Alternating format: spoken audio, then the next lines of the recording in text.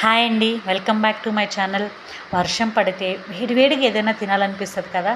అందులోనూ మెయిన్గా మిర్చి బజ్జీ కానీ, పునుగులు కానీ, బోండాలు కానీ, ఇట్లా పకోడీ కానీ ఇదొకటి తినాలనిపిస్తుంది కదండి.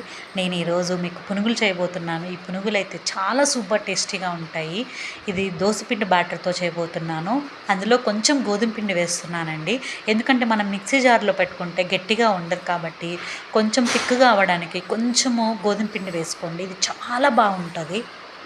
ఆయిల్ అనేది కూడా ఎక్కువ పీల్చకుండా చాలా బాగా వస్తుందండి. అందుకోసమే నేను ఇలా చూపించబోతున్నాను ఈ రెసిపీని. కొంచెం గోధుమ పిండి వేసుకున్నాక పచ్చెనపప్పు, ఆవాలు, జీలకర్ర, మిర్చి, ఆనియన్, కరివేపాకు కూడా వేసుకోండి. కరివేపాకుతో పాటు కొంచెం గట్టి పడుతుంది కాబట్టి కొంచెం పుల్లటి మజ్జిగ వేసుకోండి. పుల్లటి మజ్జిగ లేకపోతే కొంచెం పెరుగు కూడా వేసుకోవచ్చు. పుల్లటి పెరుగైనా నార్మల్ పెరుగైనా వేసుకోవచ్చు. కానీ ఇలా కలిపాక అట్లీస్ట్ 1 అవర్ కానీ హాఫ్ అన్ అవర్ అయినా సరే పక్కన పెట్టండి. అంటే వేయకుండా మూత పెట్టి పక్కన పెట్టాలి. కొంచెం పిండి అనేది బాగా నానాలి. హాఫ్ అన్ అవర్ తర్వాత ఆయిల్ బాగా మరిగించి వేడి వేడి ఆయిల్లో ఈ పునుగులు చిన్న చిన్నగా చేత్తో వేసుకోండి. స్పూన్తో అయినా వేసుకోవచ్చు, అది మీ ఇష్టము. రౌండ్గా కావాలంటే స్పూన్తోనే వేసుకోండి. చాలా నీట్గా మంచిగా అనిపిస్తుంది.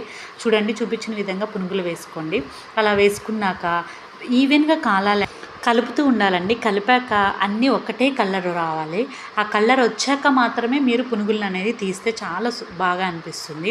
ఇవి కాలకుండా ఉంటే మరి లోపల పిండి పిండిగా అనిపిస్తుంది. సో అందుకోసం కాలడానికైతే టైం పడుతుంది. వేసిన వెంటనే అయితే మాత్రం కలిపెట్టండి. బాగా కలిపెడుతూనే ఉండాలి. చూడండి, చూపించిన విధంగా బాగా కలిపెడుతూనే ఉండాలి. ఈవెన్గా కాలాలి అంటే అప్పుడు మాత్రమే ఈ పునుగులు అనేది లోపలంతా పిండి లేకుండా బాగా కాలి సూపర్ టేస్టీగా అనిపిస్తుంది.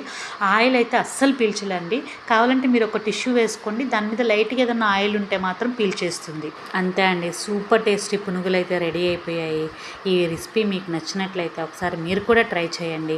ఎట్లా వచ్చిందో నాతో కమెంట్ సెక్షన్లో షేర్ చేసుకోండి. పునుగులు కాంబినేషన్గా పల్లీ చట్నీ కానీ లేకపోతే ఎర్రకారమైనా వేసుకోండి. అవి దానిలో తింటే సూపర్ టేస్టీగా అనిపిస్తుందండి. మా నెల్లూరులో అయితే వాటితోనే తింటామండి మేము. చాలా మంచిగా అనిపిస్తుంది.